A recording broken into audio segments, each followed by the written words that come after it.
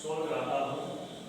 जैसे first shift के अंदर पहला क्वेश्चन साइंस का हम बात करते हैं कि एक समतल दर्पण पर प्रकाश की एक किरण है, उसकी सतह की अभिलंब आपतित होती है। ये कोई समतल दर्पण है, अब उसके अंदर एक अभिलंब के आपतित होता है।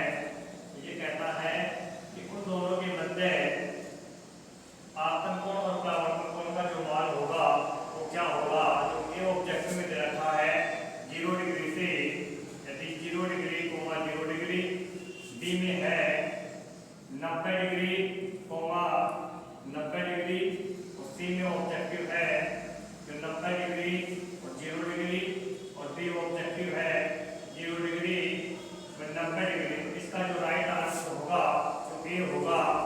क्योंकि इसके बाद में अगर हमें सेकंड क्वेश्चन की बात करते हैं तो दो ध्रुव में प्रिज्म में एक P1 है और एक क्या है P2 है।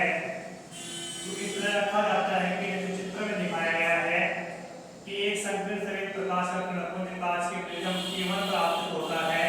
P1 पर जब आपतित होता है ना तो उसके जो मध्य है हम किसी प्रकाश को गुजारते हैं तो उनके बीच में जो पर्दे के ऊपर जो किरणें प्राप्त होंगी ना वह हमें पर्दे पर सफेद प्रकाश की किरण प्राप्त होगी। इसका आंसर होगा बेटा डी। और जो रहेगा पर्दे पर है सफेद प्रकाश का किरणपुंज, ध्यान रखना सभी, इसका आंसर होगा डी होगा। और जो रहेगा पर्दे पर सफेद प्रकाश का किरणपुंज रहेगा। इसके बाद जो अगला क्वेश्चन होगा तीसरा क्वेश्चन, जो बेटा तीसरा क्वेश्चन है आपका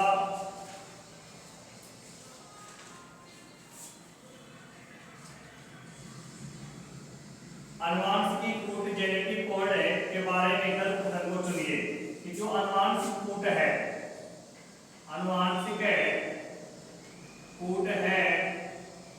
उसके अंदर सही गलत कथन को चुनना है। इसका आंसर रहेगा बेटा ए, क्योंकि इसके अंदर एंड्रोसिन यूरेसिल तो होता है लेकिन गवालीन नहीं होता है। अगला क्वेश्चन है निम्नलिखित में से कौन सा नाइट्रोजेनिक बेस क्षारक डीएनए का एक घटक नहीं है। इसका आंसर होगा बेटा यूरेसिल रहेगा, अर्थात इसका ऑब्जेक्टिव रहेगा बेटा राइट बी रहेगा। क्योंकि जो कोड के आधार पर रहेंगे तो ए बी अल्फाबेट चेंज हो सकता है लेकिन आंसर रहेगा ना वो क्या रहेगा बेटा यूरेसिल रहेगा। अगला क्वेश्चन है मेंडल द्वारा अध्ययन किए गए विपरीत विशेषकों और गुणों के गलत मेल वाले संयोजन को चुनिए। देखो फली का रंग सफेद और पीला दे रखा है, फली का रंग है ना सफेद दे रखा है और पीला दे रखा है। इसके बाद में नेक्स्ट ऑप्शन दे रखा है बेटा बीज का रंग पीला और हरा, पीला और हरा, ये किसका रंग है बेटा बीज का। इसके बाद में बीज का आकार दे रखा है, आकार की बात करें बीज की तो गोलाकार दे रखा है। और एक दे रखा है बेटा झुर्रीदार यानी capital R R small R R. तो और बी है बेटा पुष्प की स्थिति, और पुष्प की स्थिति एक तो अक्षीय दे रखी है और एक दे रखी है बेटा सीरस। जो आपको पता है कि मैं आपको जब मैंने का एक कॉपी करवाया था तो अच्छे से इसके बारे में सारणी बनवाया था। देखो बीज का जो रंग होता है वो पीला भी होता है और हरा भी होता है, और इसके बाद में बीज का जो आकार होता है वो गोल भी होता है, वो झुर्रीदार भी होता है, और पुष्प की स्थिति होती है ना वो अक्षीय भी होती है और सीरस भी होती है। लेकिन जो इसका आंसर रहेगा ना वो फली का रंग रहेगा, वो सफेद और पीला, इसका क्या होगा ऑब्जेक्टिव सही रहेगा। जो आपके जो मैं सीएटी का पेपर ले रखा हूँ ऑब्जेक्टिव ए है, और आपके जो ऑब्जेक्टिव होगा उसका आंसर होगा पीला, फली का रंग होगा और सफेद हो क्या रहेगा पीला रहेगा। इसके बाद में नेक्स्ट अगले क्वेश्चन की हम बात करते हैं। जो एक क्वेश्चन है बेटा जो आपके सामने मिलान है बेटा। देखो मिलान के लिए क्या करना आप लोगों को, कोई भी मिलान आए तो आपको अगर एक याद है ना कि एक का आंसर ये है तो आपको तीन ऑप्शन अपने आप पे क्या हो जाएंगे वहां पे मिल जाएंगे। जैसे बेटा आपको दे रखा है एक रोग दे रखा है बेटा पीला ग्राफ, आपको पता है। दूसरा है बेटा बेरी बेरी, तीसरा है बेटा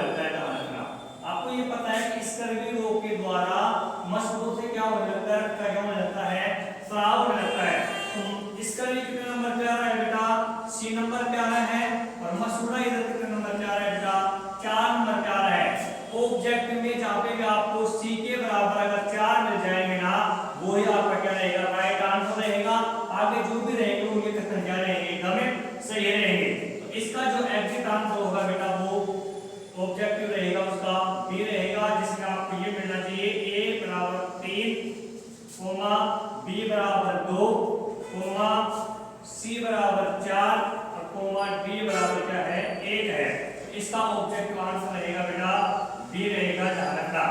जिसके अंदर आपको अच्छे से पता होना चाहिए बेटा कि सी बराबर है, इसका भी है ना, ये मिलान करता है बेटा 4 नंबर के और 4 नंबर करता है बेटा मशरूम से बहने वाला रक्त। अब जब ये पता है ना तो ये अपने आप में मिलान कीजिए, जैसे सी बराबर 4 है, ये आपका राइट आंसर है, तो ये अपने आप में क्या हो जाएंगे, सही हो जाएंगे। इसके बाद में नेक्स्ट क्वेश्चन की बात करते हैं हमारे। तो अगला क्वेश्चन है बेटा विक्रम साराभाई स्पेस सेंटर यानी कि अंतरिक्ष केंद्र कहां पे स्थित है? इसका आंसर होगा बेटा सी, और वो रहेगा बेटा तिरुवनंतपुरम में। कहां पे रहेगा बेटा? तिरुवनंतपुरम में रहेगा, ध्यान रखना इस बात का। तिरुवनंतपुरम के अंदर विक्रम साराभाई का क्या है बेटा अंतरिक्ष केंद्र स्थित है। नेक्स्ट अगर हम क्वेश्चन की बात करें, केवल मैं साइंस के क्वेश्चन सोल्व कराऊंगा, इसके अलावा और भी सारे जो जीके वाले सर है या इंग्लिश वाले सर है या मैथ के सर वो भी आएंगे, और देखिए जो जिसका सब्जेक्ट होगा वो अपने सोल्व करा के जाएंगे। अगला क्वेश्चन है बेटा साइंस का, सबको याद रहे, एक जैविक है, एक सक्रिय जैव अणु जिसका प्रयोग अन्य प्रतिरोपण प्रतिरक्षण निरोधक कारक के रूप में रोगियों में किया जाता है, और वो किया जाता है बेटा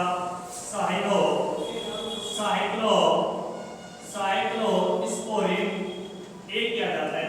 इसका सही आंसर होगा ये जो ऑब्जेक्ट है बेटा बी, साइक्लोस्पोरिन ए के द्वारा इसका क्या किया जाएगा बेटा, एक है प्रतिनिरोधक कारक के रूप में रोगियों के अंदर इसका कार्य किया जाता है। इसके बाद में नेक्स्ट क्वेश्चन की बात करते हैं बेटा, पादप और उसके आत्म महत्व वाले भाग के ग्रंथ मेल वाले जोड़ को चुनिए। किसको चुनना है?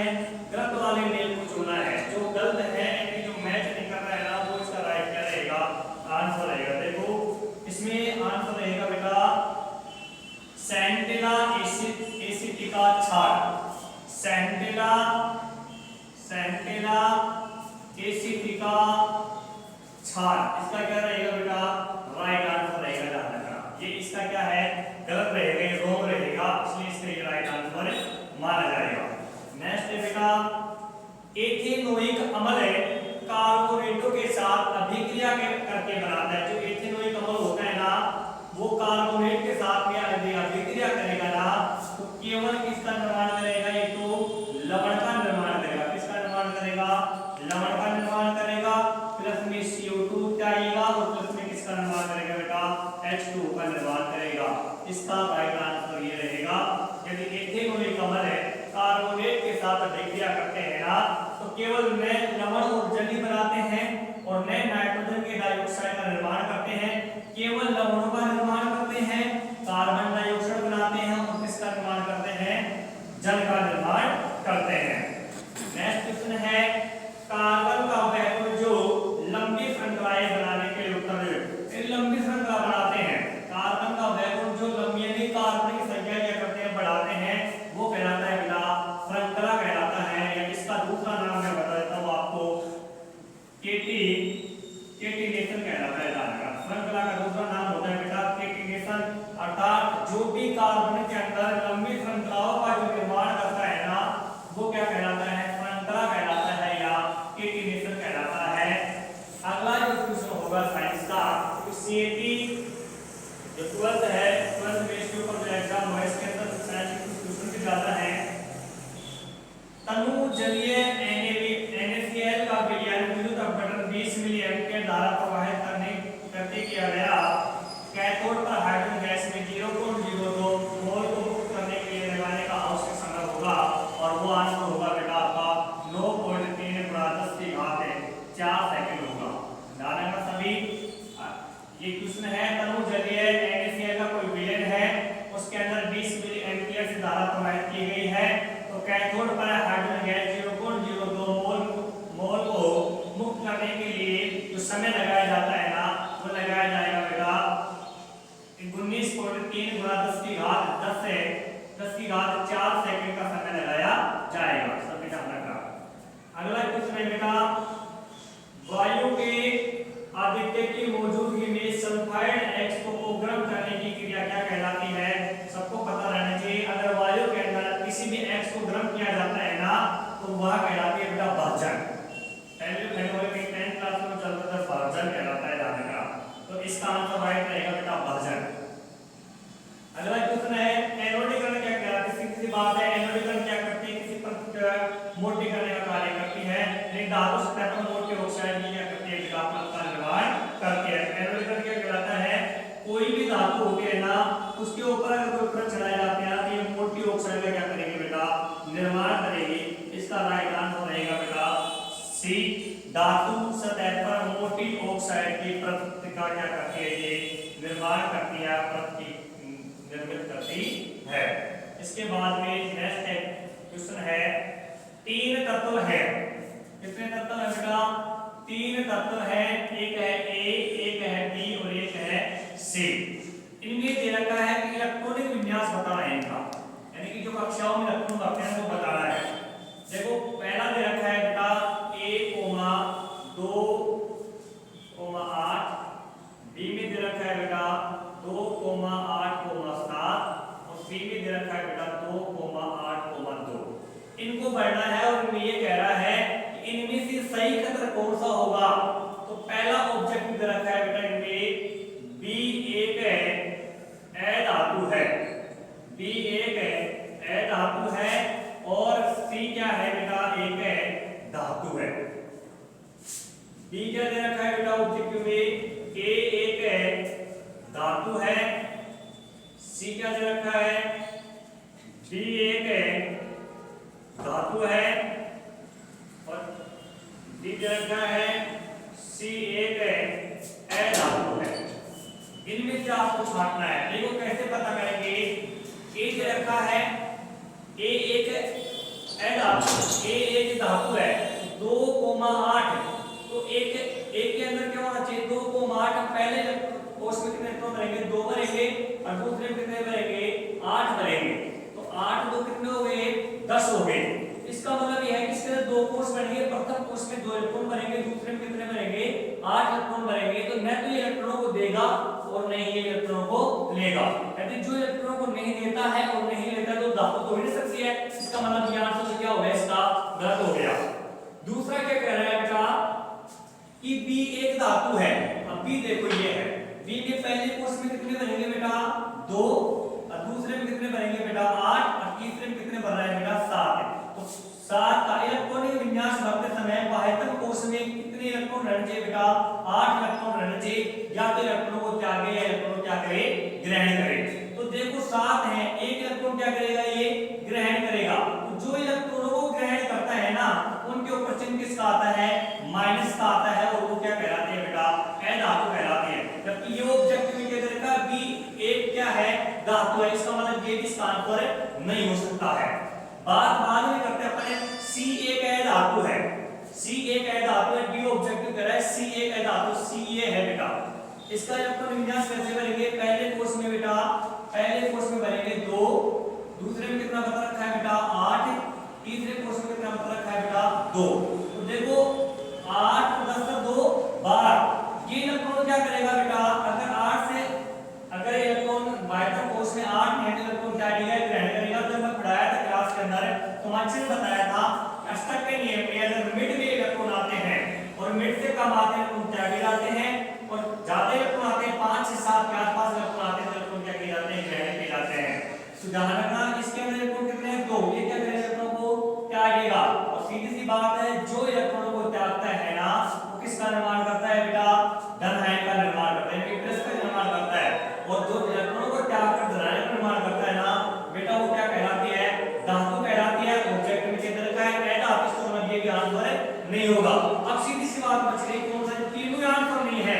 तो एक आजकल एग्जामों के अंदर एक ही और दे दिया, तो ये नहीं है कि तीनों नहीं है, तो ये हो सकता है, नहीं हो सकता है, ये भी गलत हो, क्योंकि आजकल 5 ऑब्जेक्टिव और देने लगते हैं और 5 ऑब्जेक्टिव भी भर सकते हैं अपन। ध्यान रखना, एक के अंदर आप दोबारा सोल्व करेंगे। बी एक है धातु है, बिल्कुल बी क्या होती है? एक है धातु होती है, क्योंकि बाह्यतम कोष में कितने इलेक्ट्रॉन आते हैं बेटा? इसमें 7 और 7 इलेक्ट्रॉन आते हैं। इलेक्ट्रॉन क्या करेगा? ग्रहण करेगा। और इलेक्ट्रॉन ग्रहण करेगा ना, तो इलेक्ट्रॉन ग्रहण करने वाले क्या होते हैं बेटा? धातु होती है। इसलिए बी एक क्या है? धातु है। दूसरा क्या कह रहा है? सी क्या? दूसरा क्या कह रहा है बेटा? ये एक धातु होती है और सी बिल्कुल क्या होती है, एक धातु होती है ध्यान रखना, और ये मैग्नीशियम धातु होगी, देखने में बता देता हूं अभी, और ये क्लोरीन है धातु होगी। तो क्लोरीन तो एक ऐसा धातु, तो बी एक ऐसा धातु, बिल्कुल राइट बात सही है। और सी में क्या दे रखा है, एक धातु है, बिल्कुल ये बात सही है, मैग्नीशियम एक धातु होती है। ये 12 नंबर पे आता है, 12 का इलेक्ट्रॉन विन्यास होता है यही होता है। और ये 17 नंबर पे आता है क्लोरीन, और 17 नंबर का इलेक्ट्रॉन विन्यास क्या होता है बेटा, ये होता है। इसलिए इसका राइट आंसर क्या रहेगा बेटा, ए रहेगा। ध्यान रखना सभी ध्यान रखना इनका, क्योंकि मैं पढ़ाया जब से शुरू वाले बता दिया था। तो अगला क्वेश्चन है बेटा इसका, क्वेश्चन है किसने रक्त के विभिन्न वर्गों की खोज की थी। खूब अच्छे से बताया था, ब्लड के बारे में पढ़ाया जाए कि जो रक्त के जो वर्गों की खोज करने वाले जो वैज्ञानिक था बेटा वो कार्ल लैंड स्टीनर था, सबको पता रहना चाहिए। और अगर पेपर में आरएच कारक पूछता कि आरएच का कारक है किस वैज्ञानिक के द्वारा बताया गया था, तो वो बताया गया था बेटा विनर के द्वारा। तो ध्यान रखना, रक्त को वर्गों में बांटने के लिए कौन सा वैज्ञानिक आया था, कार्ल लैंड स्टीनर आया था। ध्यान रखना इस बात को। और अगर आरएच कारक पूछता तो आरएच कारक के नाम देते बेटा आप है विनर नाम देते, ठीक है। क्योंकि इसमें देखेंगे Robert Koch, Edward Jenner, Karl Landsteiner, Louis Pasteur, इनमें से केवल मिलेगा आपको कार्ल लैंड स्टीनर मिलेगा। निम्नलिखित में से मां के दूध में कौन सी एंटीबॉडी प्रतिरक्षा पाई जाती है। एक दे रखा है आईजीएम, एक दे रखा है आईजीए, और एक दे रखा है आईजीडी, और एक दे रखा है आईजीजी। इसका आंसर रहेगा आईजीए। मां के दूध के अंदर आईजीए नाम क्या पाई जाती है बेटा, प्रतिरक्षा पाई जाती है। ये सभी बच्चे याद रखें। देखो एक समीकरण दे रखी है। अगला क्वेश्चन, दी गई अभिक्रिया में निम्नलिखित में से कौन सा अवक्षेप है। अवक्षेप का मतलब निकल के आता है, देखो Na2SO4 इस समीकरण आपकी, प्लस में BaCl2, और इस समीकरण बन रही है बेटा आपकी BaSO4, बेरियम सल्फेट प्लस में सोडियम क्लोराइड। तो ध्यान रखना ये तो क्या है बेटा, लवण है। क्या है, लवण। समीकरण आपकी ये है, ये क्रियाकारक है, ये अभिकारक है, और ये क्या है बेटा, उत्पाद है। तो सभी देखिए ये तो क्रियाकारक है, अभिक्रिया में भाग लेने वाले हैं, और उनके बाद में जो नया पदार्थ बन रहा है या उत्पाद बन रहा है ये क्या कहलाते हैं, क्रियापद कहलाते हैं। तो ये तो लवण है। अब इन दोनों में से बताना है तो इसका राइट आंसर क्या रहेगा बेटा, BaSO4 रहेगा, क्योंकि ये तो लवण है। अब बच गया कौन अवक्षेप में प्राप्त होने वाला, BaSO4, बेरियम सल्फेट, इसका क्या रहेगा, सही आंसर रहेगा। इसके बाद अगला क्वेश्चन है बेटा, जिसका आंसर रहेगा बेटा आपको एक ऑक्सीकरण दे रखा है, और ऑक्सीकरण के अंदर आपको पता रहना चाहिए कि जो ऑक्सीकरण होता है ना वो इलेक्ट्रॉन क्या करता है बेटा, हानि करता है। एक अपघटन दे रखा है, और अपघटन करता है ना इलेक्ट्रॉन क्या करता है, प्राप्ति करता है। अपचायक है, और अपचायक करता है बेटा इलेक्ट्रॉन खोने वाली स्पीशीज जाते रहती हैं। ऑक्सीकारक है ना बेटा वो आपका रहेगा बेटा ग्रहण करने वाली स्पीस है। इसका मतलब इसका सही आंसर रहेगा बेटा ए के साथ में ये जुड़ना चाहिए, और बी के साथ में बेटा जुड़ना चाहिए फर्स्ट वाला, और सी के साथ में जुड़ना चाहिए बेटा थर्ड वाला, और डी के साथ में जुड़ना चाहिए सेकंड वाला। इसका आंसर सही ये रहेगा। और ऑब्जेक्ट नंबर दे रखा है बेटा बी, फिर इसके आधार पर आप इसका आंसर का निर्धारण करना। ए के साथ चौथा, बी के साथ फर्स्ट, सी के साथ थर्ड, और डी के साथ सेकंड। इसका आंसर सही ये रहेगा। ध्यान रखना, सुनिश्चित करने के लिए बताया गया था। नेक्स्ट क्वेश्चन रहेगा आपका, नेक्स्ट क्वेश्चन आ रहा है बेटा आपका, एक 500 फेरों की तार की कुंडली, एन का मान कितना दे दिया बेटा, 500 फेरे, स्मॉल है। एन का मान कितना दे दिया बेटा, 500 फेरे। वो लगातार क्या करते हैं, चक्कर लगा रहे हैं। क्षेत्रफल दे दिया बेटा 600 वर्ग सेंटीमीटर, 600 वर्ग सेंटीमीटर दे दिया। यदि कुंडली में 1.5 एम्पियर विद्युत धारा प्रवाह होता है तो कुंडली का चुंबकीय द्विध्रुव आग्रह होगा बेटा 45 एम्पियर है, और ध्यान रखना मीटर स्क्वायर है। ध्यान रखना 45 एम्पियर मीटर स्क्वायर इसका राइट आंसर रहेगा। ध्यान रखना सभी बच्चे। इसके बाद जब कोर्निया स्वच्छ मंडल, कोर्निया का दूसरा नाम होता है स्वच्छ मंडल, गोलाकार नहीं है। हमारी आंख के अंदर पाए जाने वाली कोर्निया अगर गोलाकार नहीं है तो इस प्रकार के नेत्र में दृष्टि का दोष होगा। क्या रहेगा दृष्टि का दोष, सबको याद रहे, अभिलुप्तता बनेगी। ध्यान रखना, यानी कि इसका आंसर रहेगा बेटा अभियुक्ता नाम रहेगा जहां इसे दूसरे नाम से कहते हैं बेटा एस्टिमेटिंग्स नाम रहेगा जहां और इसका राइट आंसर रहेगा बेटा डी रहेगा, अभियुक्ता नाम रहेगा जहां। इसके बाद में नेक्स्ट पूछा है इस प्रकार से ये आपके सीएटी का जो शिफ्ट के अकॉर्डिंग जो एग्जाम हुआ था वो सारे मैंने साइंस के क्वेश्चन सोल्व करा दिए हैं। जिसको भी कोई कंफ्यूज है वो यहाँ पे देखे और अपने अपने उत्तरों की जांच करें, ठीक है। आगे जो भी आज के एग्जाम होंगे उनका मैं जल्दी आपको एक वीडियो डालूंगा जितने भी आंसर होंगे साइंस के सारे बताऊंगा, ठीक है।